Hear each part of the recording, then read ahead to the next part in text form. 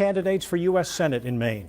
Nearly 300,000 Mainers have already cast ballots in this election, but many more will do so with either early and absentee voting or at the polls on November 3rd. So this is an opportunity to try to get some clarity about the candidates and where they stand. Now, we had planned to hold this forum in person, and we're set up to do so at the Holiday Inn by the Bay in Portland, where the chamber is holding its annual dinner tonight. However, with the Senate still in session, Senator Susan Collins cannot attend in person. When we shared that news with the other candidates, we were told by Sara Gideon's campaign that she would not appear in person if Senator Collins did not. So for that reason and for technical concerns, we have moved to a virtual gathering. Our candidates tonight in alphabetical order: Republican incumbent Susan Collins, the Democrat Speaker of the Maine House Sara Gideon, and Independents Max Linn and Lisa Savage. For the next hour, I'm going to be posing questions to the candidates. Each will have 1 minute to answer, and follow-up discussion will be at my discretion. Each candidate will have an opportunity to ask a question of another candidate with the same time limit applying, and each candidate will have 1 minute for a closing statement. So welcome to you all. Senator Collins, I'll begin with you. Majority Leader Mitch McConnell has, among other things, blocked consideration of extensive pandemic relief bills and has rushed confirmation of a Supreme Court nominee, things you have disagreed with. The Washington Post reports that McConnell counseled the White House not to strike a deal on a relief bill with Speaker Pelosi before the election, partly because it might interfere with the planned confirmation of Judge Barrett next week to the Supreme Court. Why do you still support Leader McConnell for your party, and does he make it harder to find bipartisan solutions? Well, Pat, first let me thank you and the Chamber for sponsoring this debate tonight. I support another COVID relief package, and indeed, we've had 2 votes this week. One on my bill to extend the Paycheck Protection Program, which has already saved 250,000 jobs in the state of Maine, and another $500 billion package that was far broader.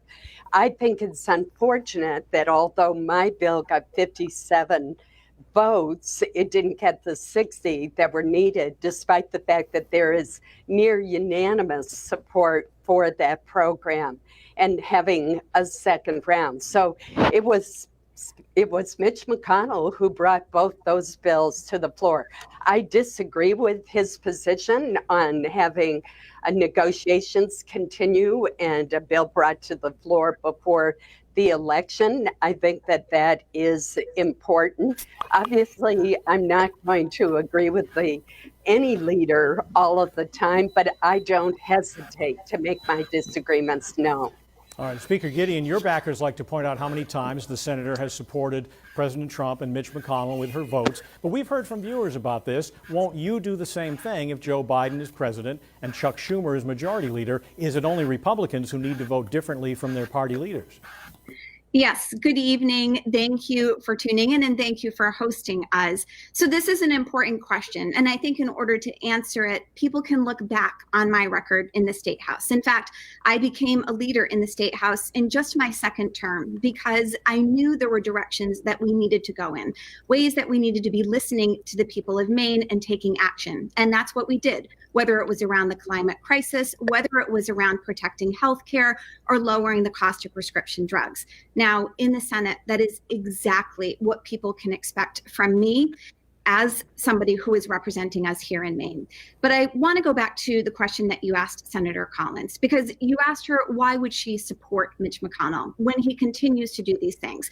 And this gets to the very crux of what is happening here, because Mitch McConnell will continue to be majority leader as long as Susan Collins is a senator. And that means all of the issues that we care about, whether it is healthcare, whether it is what happens with the judiciary, will be at risk. All right, and I want to ask Max Linn and Lisa Savage, the Independents. Max first. Which party would you caucus with in the Senate and why? Well, I've been asked that question before, and thank you all here tonight. I'm looking forward to having a great conversation. And at its core, Pat, at its core, the reason I'm in this race is to represent Mainers. And I argue with Speaker Gideon's last comment that she's going to represent Maine. She can't, because she's with a rigged system. And what I've tried to convey to all the voters, irrelevant of who I caucus with, who I will caucus with, is who does the most for Maine. I can truly be independent in Washington. Speaker Gideon and Senator Collins cannot. They belong to a rigged, broken system. And the core of me running in this race has been the American people and Mainers sick and tired of politics as usual in Washington, D.C. I offer the alternative from the career politicians to the citizen legislator, from the institutional magnitude of Washington and politics as usual for something different. And so I would assure you, I would be able to caucus with either party, whoever does the most for Maine. To me, it's immoral how much is being spent, upwards of $180 million. Lisa Savage, let me get to Lisa Savage on this same question. Who would you caucus with? Thank you.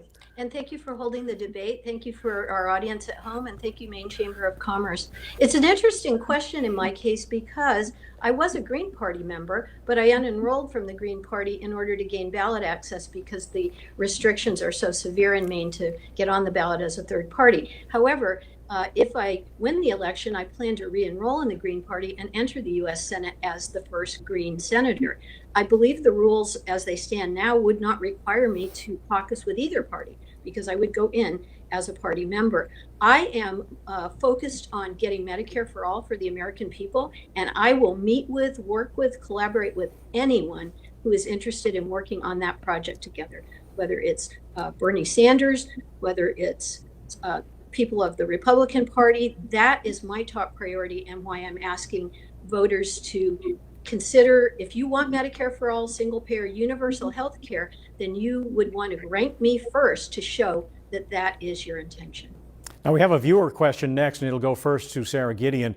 Dick Alty of Southwest Harbor asks, will you contest the outcome of this election in court if you win a plurality but lose in the final ranked choice result? Speaker Gideon.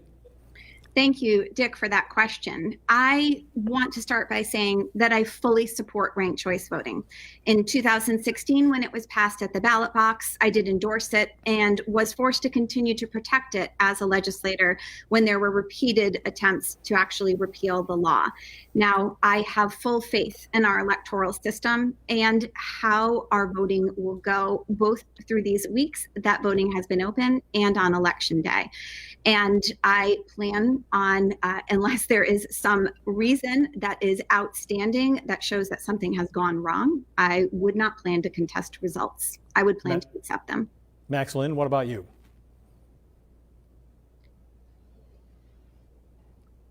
You repeat the question for me? Yeah, the question from a viewer, Dick Alty of Southwest Harbor. Will you contest the outcome of this election in court if you win a plurality but lose in the final ranked choice vote or tabulation? Absolutely. Thank you. Absolutely not. I support ranked choice voting and taking ranked choice voting on a national basis for the simple fact is it gives the little guy a chance. What we face in Maine is the same challenges we face in America, and that is the establishment career politicians. We've heard this for the last 10 and 20 years that Mainers and Americans are sick and tired of politics as usual and careerism in politics. And so this is an excellent opportunity, not only with ranked choice voting, to vote for change first, which is me, and vote for Sara or Susan second. Keep in mind, it has never been clear the choice right now for change and a politician who's not a career politician, but a citizen legislator versus a career politician for the institutions that have raised now upwards of $180 million. And Lisa Savage, I know you're a big supporter of ranked choice voting too. Indeed, I am. It's an opportunity for voters to vote their values rather than their fears. We've heard a lot of fear mongering in this election, but I think that be able to vote for the values that they care about. I certainly support this system, but at the same time, I don't think I am in favor of any frivolous lawsuits. If it appears that the election was held in a fair and a reputable manner, I don't see why, for instance, Bruce Poliquin contested the election, even though he lost fair and square, and the courts basically said to him, you don't have a case here. So, if there's real malfeasance in the election, of course I would challenge it. But if ranked choice voting does its job and expresses the will of the majority of Maine voters, then of course I would respect that outcome. And Senator Collins, the question, would you contest the outcome of this election in court if you win a plurality on election night but lose in the final ranked choice tabulation? I would not. Ranked choice voting's been upheld twice by the courts in Maine. Those are the rules that we have to play by. I think a fair system would be a true runoff where everyone got to vote twice, but that's not what we have in the state of Maine.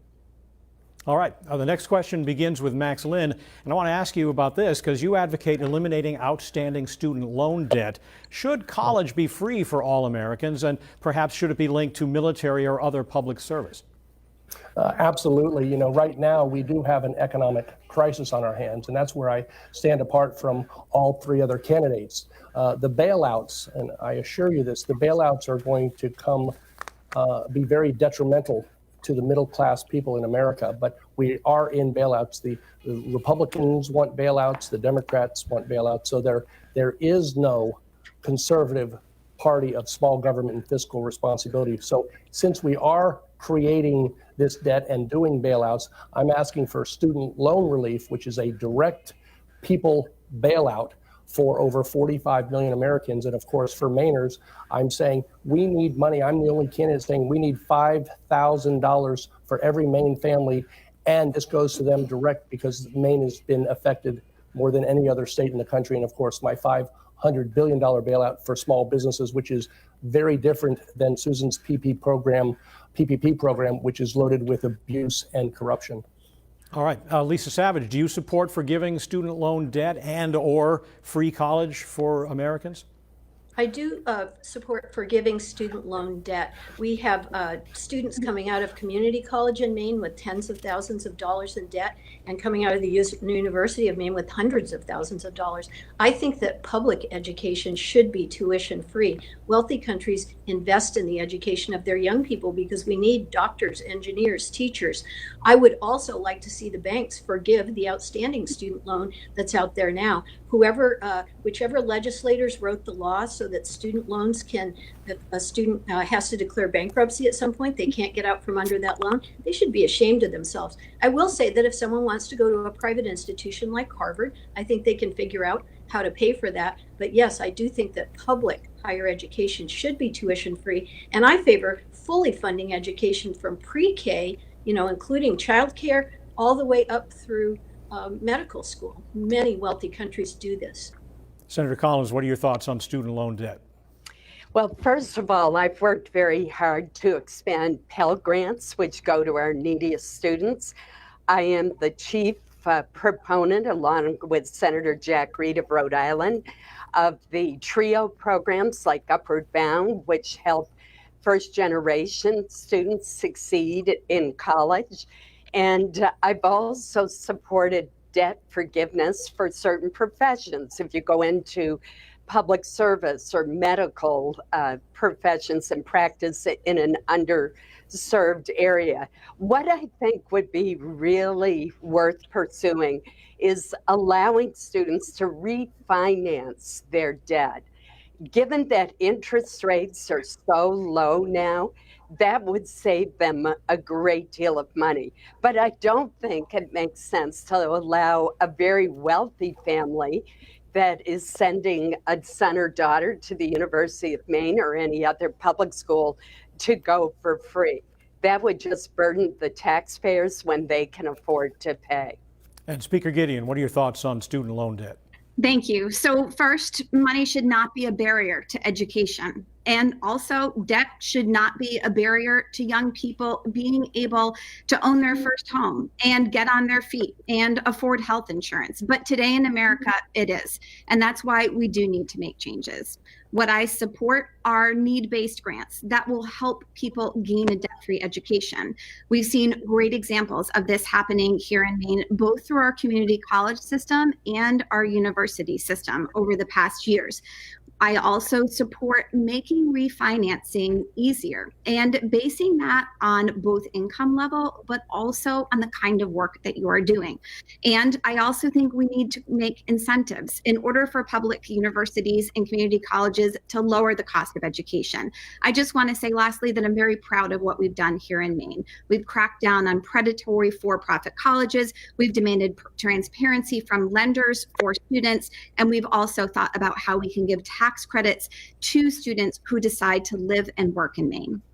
Thank you. And this next round begins with Lisa Savage. Whoever wins the presidency is most likely going to propose a major transportation investment bill.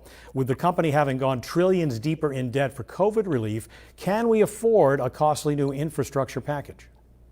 I don't think we can afford to not do public transportation in a very vigorous way. The climate crisis is the biggest threat to all of our security and to the future of our grandchildren being able to live on this planet. So public transportation is a major way to cut down on our greenhouse gas emissions while and still allowing people to get to work, to get to school. And I think that investing in these kinds of systems is long overdue. We're decades behind most of the rest of the world in investing in public transport. So every time we have a war, nobody asks how we're going to pay for that. But when it's something like public transportation or Medicare for all, suddenly, how are we going to pay for it? We have plenty of money in this country. We just need better budget priorities. Senator Collins, what are your infrastructure priorities in the next administration? Well, first of all, I would point out that I chair the Transportation Appropriations Subcommittee in the Senate.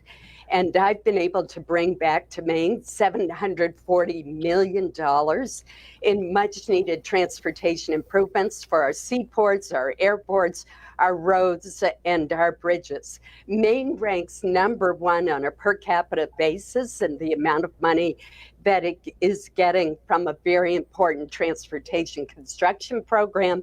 That is not a coincidence. But when we think of infrastructure, we need to broaden our thinking. We do need a major infrastructure package, but it's got to include rural broadband as well.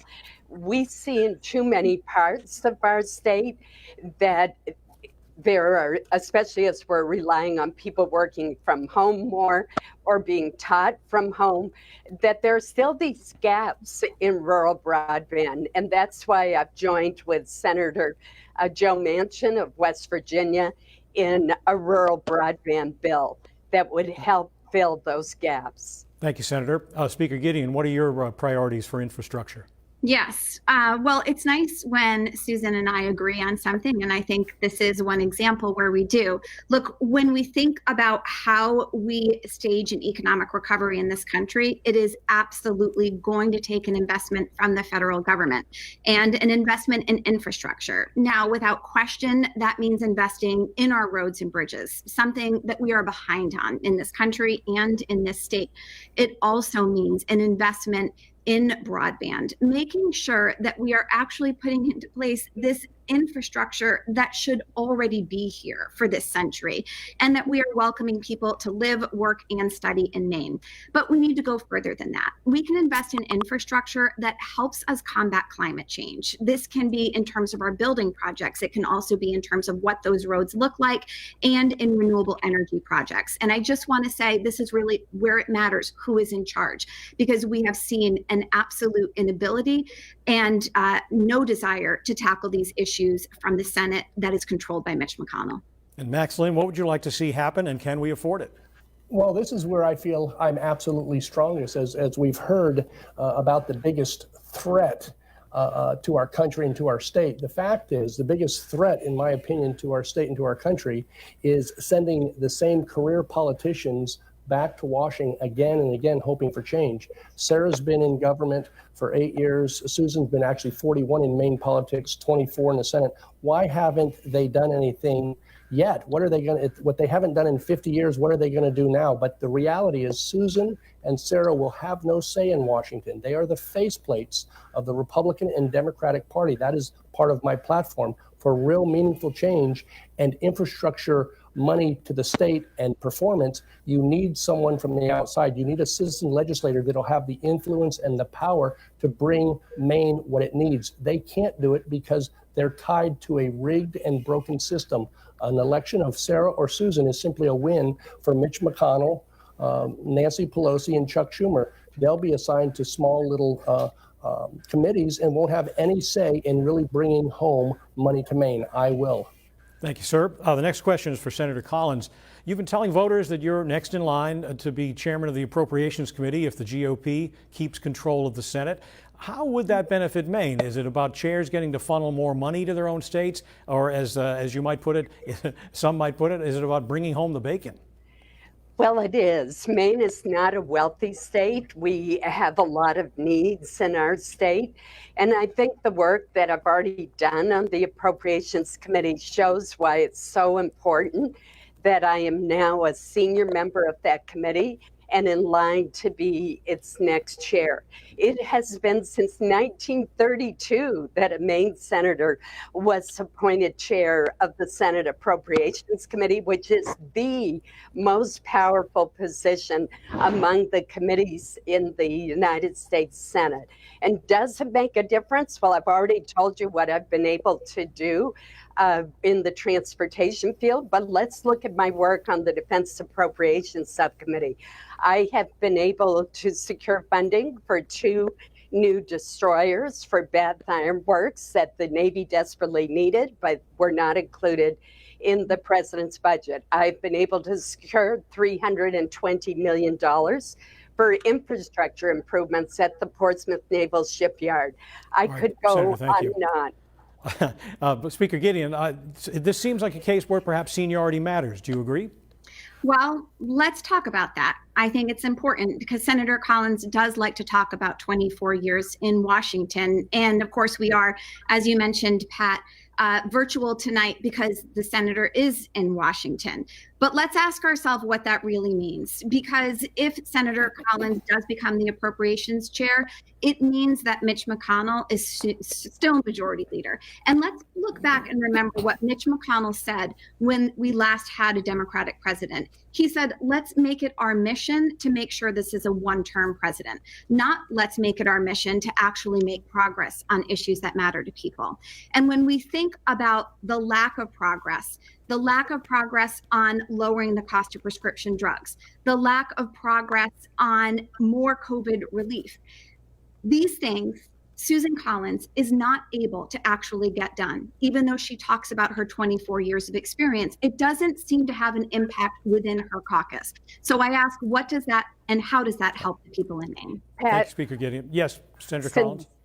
I think I deserve a rebuttal on that one. And I would point out to Sara that I am in Washington. That's because we're in session. We're working. That is in sharp contrast to what Sara did at the state level, where she recessed the legislature in mid-March and has done absolutely nothing since then to respond to the COVID crisis that we have. In the meantime, we have passed in Washington $3 trillion worth of relief, including $1.25 billion that has gone to the state of Maine. And Speaker Gideon, I want to let her have the last word on this. Thank you very much. You know, I've said this before, but I'll say it again. Senator Collins continues to want to deflect. It has been 6 months since the Senate has been able to pass any COVID relief. And whether we are thinking about families or individuals in Maine, whether we are thinking about our towns and cities, or whether we are thinking about the state and the vital services that are on the verge of being cut, that is a dangerous proposition.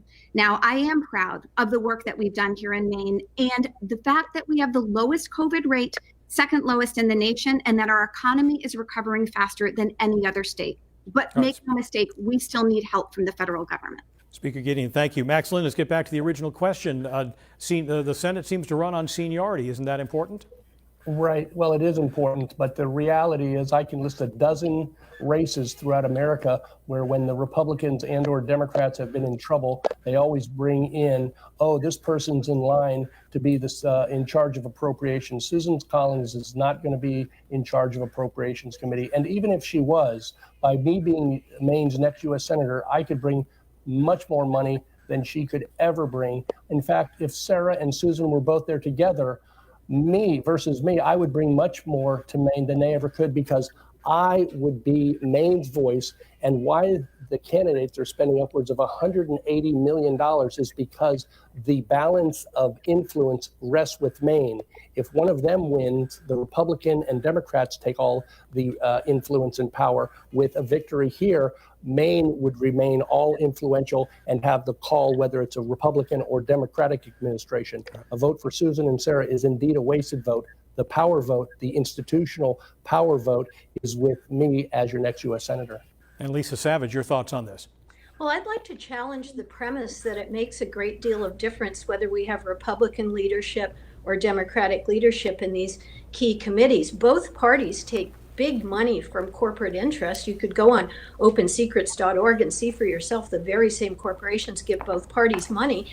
Sure, we had lots of bailouts for the corporations, for the already wealthy. The people are still waiting for a meaningful bailout. People got $1,200 once. Many people never got that. And we're still waiting for relief to communities. We're still waiting for people to really get help with their rent, with their mortgages. And I don't think that either one of the two corporate party candidates are going to change the influence of big money in Washington. You're going to have to elect an independent. If you go to my website, lisaformaine.org, you can see how I stand on the issues and that I lack experience taking money from corporate lobbyists and writing legislation to benefit them. So if that's what the people of Maine want, they should rank me first. Thank you very much. With that, we're going to take a break. We're back with more of our new Center Maine Voice of the Voter Candidate Forum in the U.S. Senate race right after this.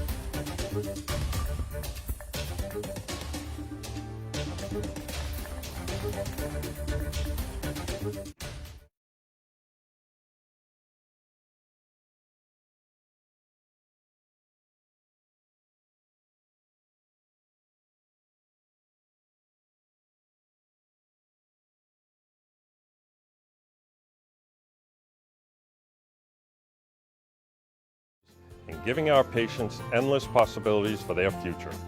Charlie's Motor Mall is proud to be a part of New Center Maine's Companies That Care. Every time I see you, all I ever think is love. When you're not around me, you're the one I'm thinking of. 'Cause baby, it's love. Subaru of New England invites you to fall in love with shopping online from wherever you are. Simply enter your zip code to locate your authorized Subaru retailer and browse the 2021 Subaru lineup. 'Cause baby, it's love. The pandemic has made everything harder.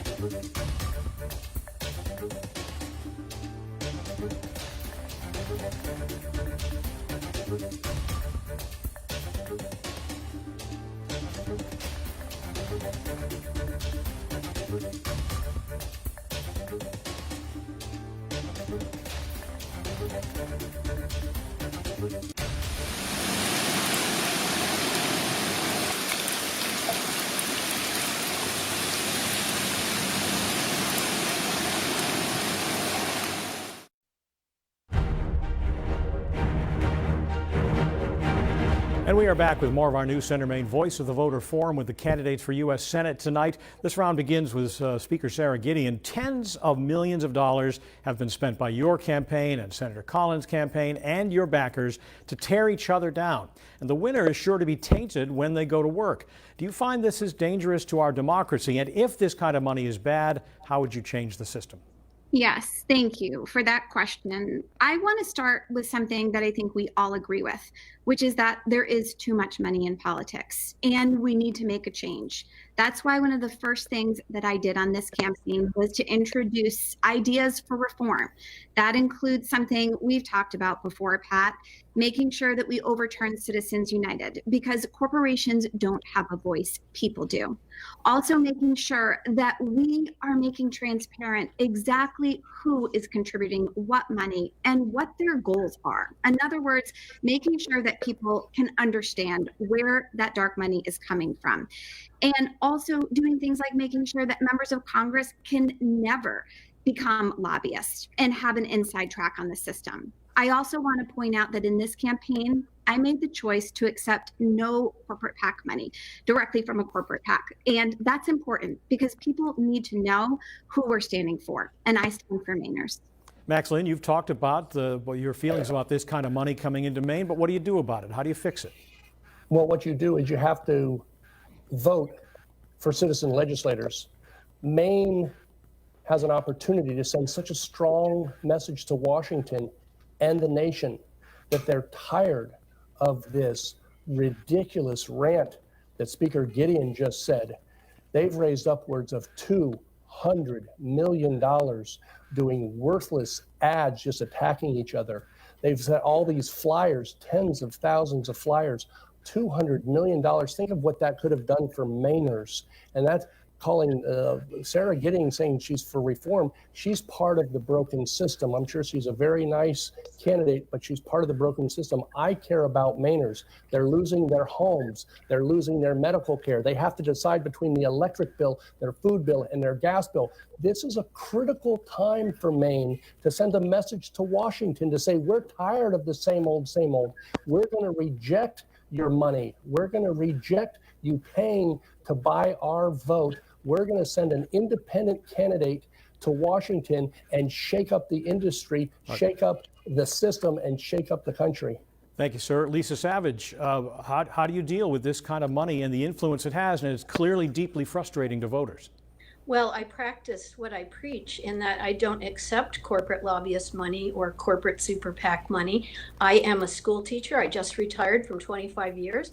I was a small business owner in Central Maine before that. My husband is a self-employed woodworker. I'm the only non-millionaire in this race. And I'm not saying that it's bad to be a millionaire. What I'm saying is I don't think millionaires can understand what working people are struggling with and what their needs are. They just can't. They're in a bubble of affluence and wealth.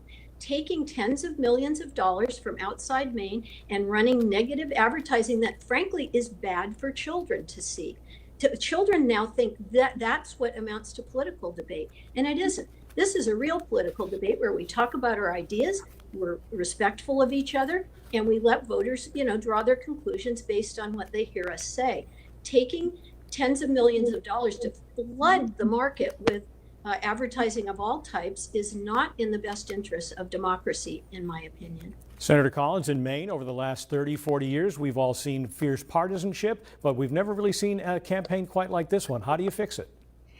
That's for sure. And I would point out that there have been 16 independent fact checks of Sara's ads and those of her allies that have been deemed false or mostly false.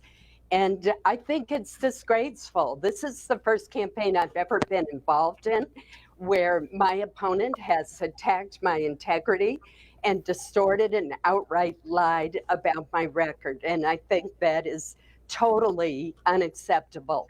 We do need full disclosure of dark money groups. There are all sorts of dark money groups flooding funds into the state of Maine. And I would point out that Sara's received more contributions from Portland, Oregon than she has from Portland, Maine. So what I don't think the answer is what Sara has proposed, and that is amending the First Amendment. The First Amendment has not been amended or changed in any way since it was adopted in 1791. But we can have full disclosure of all donors. Thank you, Senator Collins. We have a question from a viewer now. This is from Kevin from Holden, who asks for a yes or no response from each of you, but I'm sure you'll be able to elaborate after that.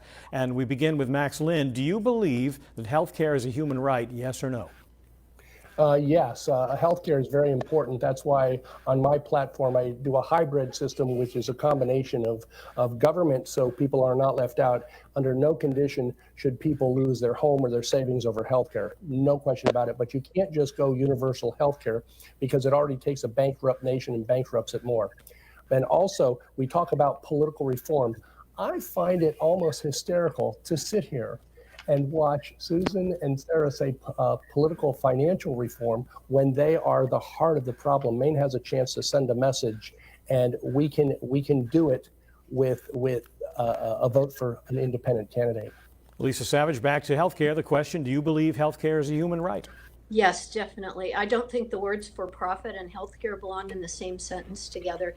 Not every human activity is appropriate for profit. Healthcare should not have been turned into a commodity. That's why our healthcare in this country is vastly more expensive than it is around the world, because it's the profit motive is in there. So I definitely want to move in the direction of a Medicare for all, an improved Medicare for all that covers mental health, dental, vision, hearing, and that people can count on, and that they don't have to worry about going bankrupt. Most bankruptcies are caused by medical bills, and most of those people had for-profit health insurance. So, Senator Collins, is healthcare a human right? Yes, it is. And there's so much that we could do to expand healthcare coverage and lower the cost, and lowering the cost is really key. There are several actions we can take. One is to have much more transparency in the system. That is so important so that people can compare prices. There's nothing more opaque than the cost of healthcare. Second, we can lower the cost of prescription drugs. I've already written 2 laws that are helping to do just that, but there's much more that can be done, such as putting a cap on the out-of-pocket costs for seniors under the Medicare Part D program. We also have to work on accessibility. After all, if you live in an area of the state where there are not a lot of healthcare providers, we need access to more telemedicine, and we need to preserve our rural hospitals. And that's where Sara's plan really worries me, because I believe, based on a study that I've seen, that 15 out of our 36 hospitals would go under her public option plan. All right, thank you, Senator. And Speaker Gideon, is healthcare a human right? Thank you, Pat. Healthcare is a human right. You know, just last week, I was speaking to a woman from Litchfield. She's 59 years old. She had just lost her job and her health care. And she was crying because she was scared. And she is scared because right now, Republicans are trying to take our health care away, even during the course of a pandemic.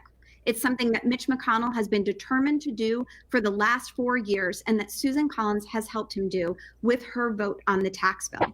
Now, in Maine, we made sure that we protected those same people who are put at risk with pre-existing conditions. And in the Senate, you can be sure that I will lead on this issue. I believe we need to create a public option that allows anybody to buy into Medicare who wants to do it, but also that allows Medicare to do things that the federal government should be able to do, like negotiate directly with pharmaceutical companies to lower the cost of prescription drugs. But the last thought I want to leave people with is this: there is no plan from these Senate Republicans who have been determined to overturn the Affordable Care Act. There is, by Senator Collins' own admission, no plan to replace it. We cannot afford to reelect Susan Collins or Mitch McConnell as majority leader. Pat? Yes, Senator. If I may. Go ahead. Yes. We'll hear from Lisa after that. Okay. Pat, I was the first Republican to speak out against repeal of the Affordable Care Act. And it was I who cast the deciding vote to save it. So what Sara said is just not accurate. And I don't know anyone in the Senate who is not for protecting people with pre-existing conditions. That's an issue that I worked on long ago before Sara even moved to the state of Maine. I want to hear Lisa Savage weigh in on this too again. Yes, I feel that talking about things like transparency and costs of health care or adding a public option to the Unaffordable Care Act is avoiding the issue. What we're talking about is the fact that people can't afford health care. I would also like to note that if we had universal health care in the form of Medicare for all, this would be a great boon to our business community, both small businesses and big corporations. This would help our economy if we could get our health care on the footing that the rest of the world is on. We want to shift gears for a minute now. Each of you will have a chance to ask a question of one of your opponents. Same time limits apply. Lisa Savage, we'll start with you. I have a question for Sara Gideon. Sara, the polls have you leading this race, and they also show that one of the top issues for voters is health care. We know the Republicans don't have a serious plan to improve health care. I support Medicare for all, as do the majority of Mainers, and studies show Medicare for all is the best way to provide world-class universal health care to everyone while spending less than we do now. Your plan of expanding the Affordable Care Act would not cover everyone and would not cost less than we're paying now. So my question is this: shouldn't Mainers who want Medicare for all rank me first and rank you second? Lisa, thank you, Lisa, for your question. And Lisa, I want to start by saying thank you for bringing this issue to the forefront every time that we debate and everywhere on the campaign trail, because healthcare without question is the most important issue to people, no matter where I have been in this state, not only during the course of this campaign, but during my time as speaker. It is what people tell me we need to work on. Now, I think you and I have the same goals, making sure that everybody has access to healthcare they can afford, but we do have different approaches to getting there. I think a public option allows people to buy into a system and to improve a healthcare system at the same time. But it does also allow those who have and want to keep their own private insurance to be able to do so, a right that I think is important to keep in place. Now, in addition to that public option, I think we need to make a lot of changes to the Medicare system as well. I mentioned the one regarding the cost of prescription drugs. Speaker Gideon, time is up on that answer. Thank you. Senator Collins, a question from you. I have a question for Sara. Sara, you say that you don't take corporate PAC money, but as Speaker, you took money from 16 different drug and insurance companies. You held a fundraiser at your home at which their lobbyists and executives came. You've also taken money directly from corporations, not just their PACs. You were caught inappropriately reimbursing yourself from your own PAC. You've raised more than $1 million from corporate executives. It's the hypocrisy that bothers Mainers. How can you say one thing and do another? So let's talk about exactly what corporate PAC money is. First of all, I want to go back to my record in the State House, because what you can see is that over and over again, I took on the healthcare companies. I took on the drug and insurance companies. I took on the oil and gas companies, making sure that we rolled up our sleeves, cracked down on pharmaceutical companies, demanded transparency, and also created the importation of prescription drug programs. That we took on the healthcare industry, for example, capping the copay of insulin at $35 for a 30-day period. Now, that's not what we have seen you do, Senator Collins, where you have taken $6 million from corporate PACs and then done the bidding of exactly these industries. When I decided to run for this race, when I decided not only to run for the Senate, but if I was going to be a senator, I decided to make a promise that I was going to reject all corporate PAC money in this race and into the future as a senator. And that's what you can count on, because people need to know where I stand. I'm going to move on. It's your turn to ask a question of someone. Thank you very much. My question is for Susan. Susan, in the past 3 years, you have been either the deciding or the key vote on issues that are very important to Americans, whether that was the vote for Justice Kavanaugh whether that was the vote for the 2017 Trump tax bill that gave a $2 trillion tax cut to corporations, or whether that was the vote that has allowed this Affordable Care Act lawsuit to proceed. My question for you, Susan, is which of these votes do you regret the most? Well, I don't regret any of those votes because you've misrepresented those votes. I was the deciding vote to keep the Affordable Care Act in 2017, as you well know. And in fact, the Democrats right now are using my arguments to defend the law before the Supreme Court. So I'm proud of my record. I have been named the most bipartisan member of the Senate in the past 7 years. That is not a claim that you could make, Sarah, because you always follow the party line. I think we need more bipartisanship, and that is what I'm known for in Washington. That is what I've always done, is to try to bring people together. I was thinking about the ads that you're running saying that I supported 181 far-right judges. Well, the fact is 84% of those judges were confirmed with bipartisan support, and more than 100 of them had the support of Angus King. So I guess Senator Collins. Angus of voting far right. Thank you for that. Pat, can I get a rebuttal? It's my turn. No, Max Linn gets to ask a question now. I'm going to ask Sarah. We're picking on Sarah tonight, but it's amazing to see this catfight between Sarah and Susan. Maine deserves better. Maine needs someone who cares. So, Sarah, I have a question. On your website, you oppose President Trump's wall on the southern border. Facts and statistics show that the wall is stopping human trafficking and the drug trade. Why do you oppose this? So let's talk about immigration, because this is one of the great failings, in fact, of this president.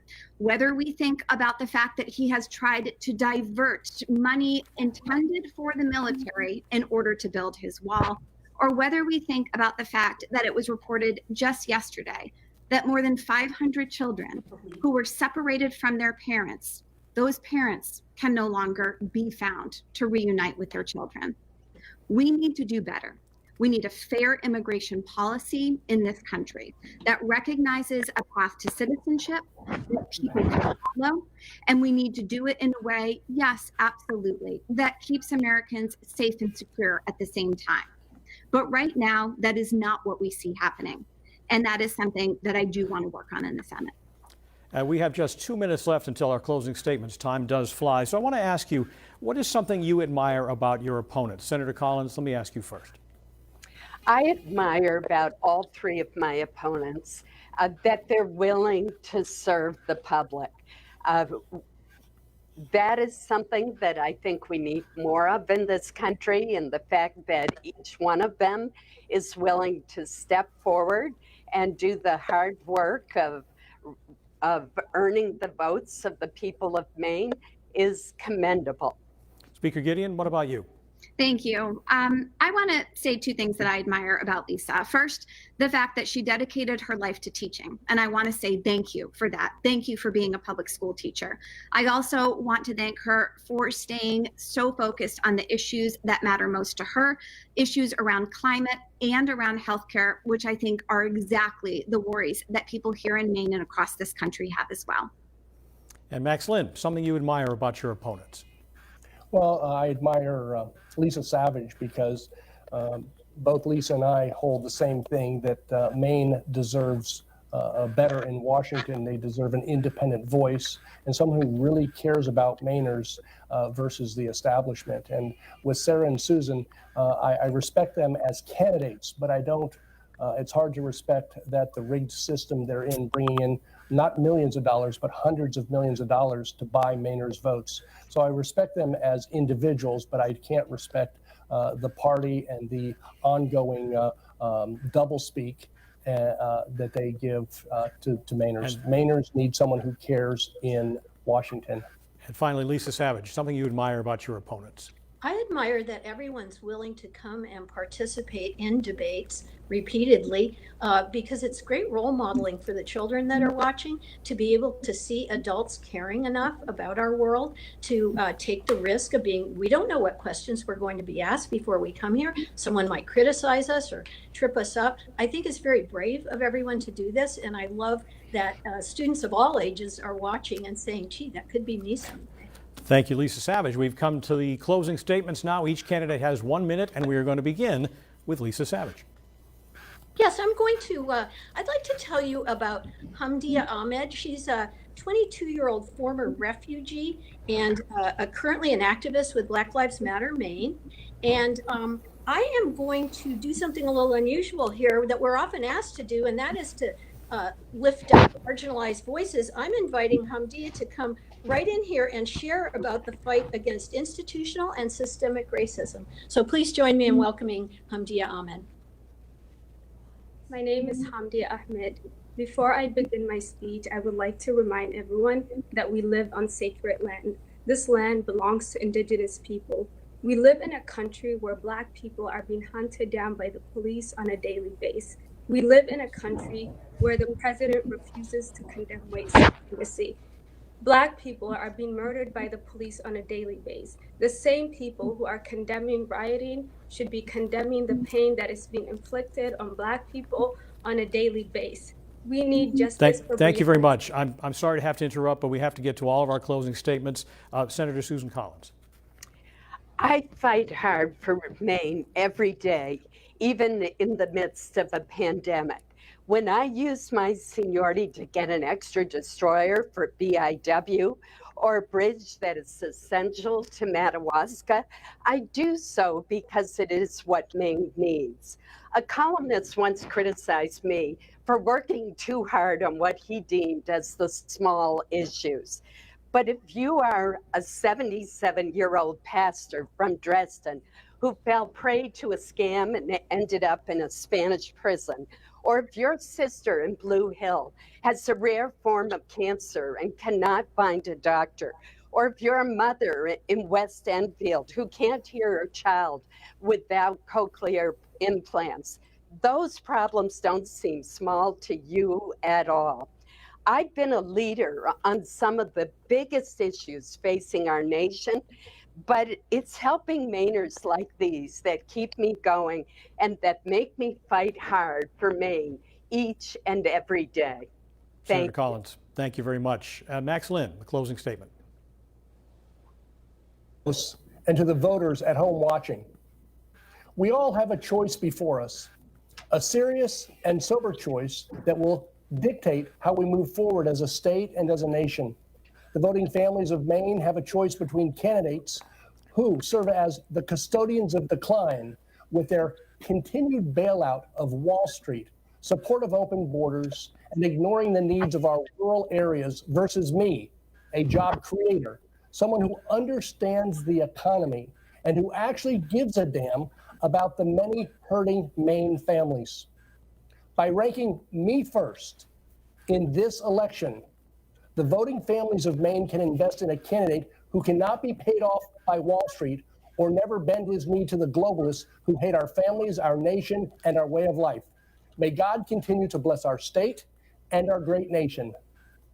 Thank you, Max Linn. And finally, a closing statement from Sara Gideon. Thank you. Mainers, thank you. Thank you for welcoming me for the past 16 months to your communities and to your homes and to your businesses, to sit on your porches or under your barn and to talk and to listen. What I remember from these conversations is Shannon. I remember being on your lobster boat with your 2 young sons who are ready to become the next generation of lobstermen. I remember Hannah and the story you told me about the importance of having Planned Parenthood and Maine Family Planning and Title X funding available to help you when that was the only healthcare that you had. And Mary, I remember you as I was checking out with my 13-year-old daughter from Hannaford with an overflowing basket of groceries, and you asked me, what are we going to do about Social Security? Well, this race is about you. It is about making sure you are represented. And if there is one thing that you can know, it is that I will fight for you and stand by you in the same way that I have in the State House for all of these years. Thank you. Sara Gideon, thank you very much. That wraps up our Voice of the Voter debate. Our thanks to all the candidates for being willing to stand in the arena and try to serve the public. We also thank the Maine State Chamber of Commerce, and our thanks to you for watching tonight. For all of us at News Center Maine, I'm Pat Callahan. Good night.